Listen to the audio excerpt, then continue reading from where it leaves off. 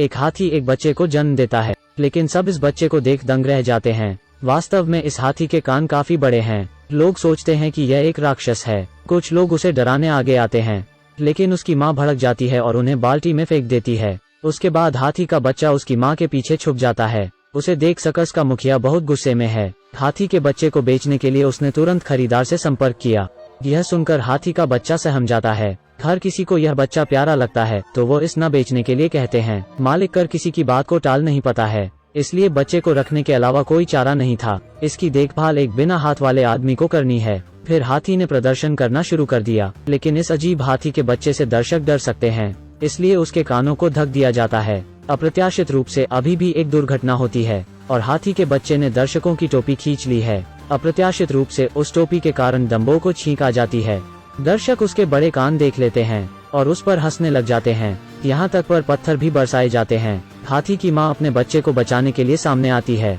हाथी का बच्चा डर के मारे अपनी माँ के पीछे छिप जाता है। तब दुष्ट आदमी फिर प्रकट होता है और हाथी पर कोड़े चलाने लगता है।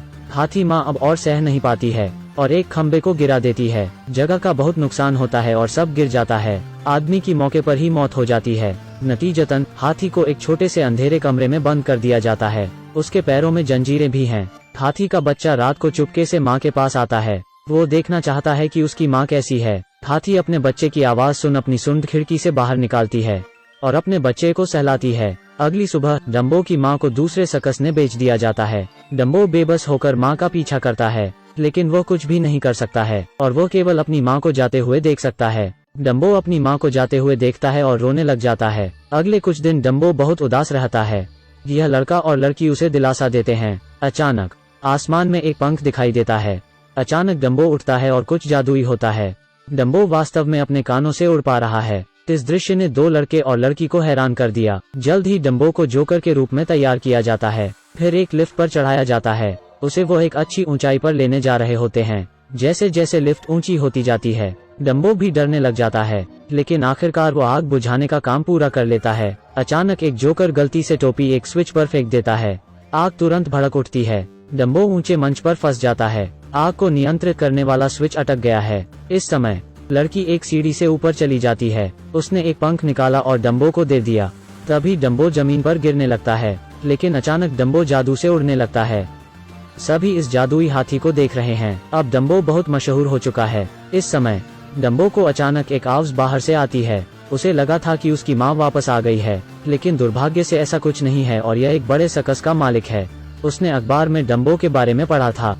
वो इसे अधिक कीमत पर खरीदना चाहता है। लाभ के प्रलोभन में सर्कस का मालिक डम्बो को बेचने के लिए तैयार है। बॉस लोकप्रियता के लिए हाथी के बच्चे को इस्तेमाल करना चाहता है, लेकिन यह डम्बो के लिए खतरनाक है। लेकिन फिर भी डम्बो की ट्रेनिंग शुरू की जाती है। शो में डम्बो को ऊंचाई पर खड़ा किया जाता है, लेकिन एक हादसा होता है और महिला ऊंचाई से गिर जाती है। रोनी जल्दी से एक रस्सी फेंक महिला को बचा लेता है, लेकिन डम्बो भी ऊपर से गिरने वाला है और वो अपने पैरों से खुद को संभालने की कोशिश कर रहा है, लेकिन वो कितनी भी कोशिश कर ले, सब बेकार है। अचानक डम्बो को कुछ सुनाई देता है।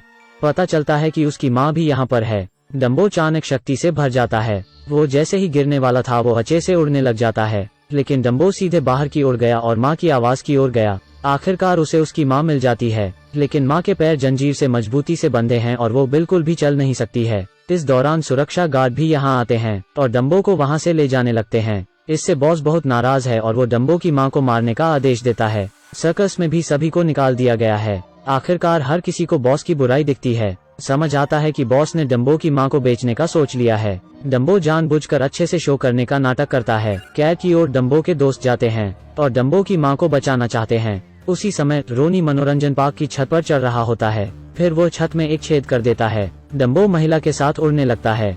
फिर वो मनोरंजन पार्क के कंट्रोल रूम में आ जाता है और एक स्विच को खींच लेता है। एक पल में मनोरंजन पार्क में अंधेरा हो जाता है। इस समय मनोरंजन पार्क का मालिक पूरी तरह से गुस्से में है। गुस्से में वो तोड़फोड़ करने लगता है। इसका परिणाम एक शॉर्ट सर्किट हो जाता है। मनोरंजन पार्क में इससे आग लग जाती है, लेकिन सब बच गए हैं।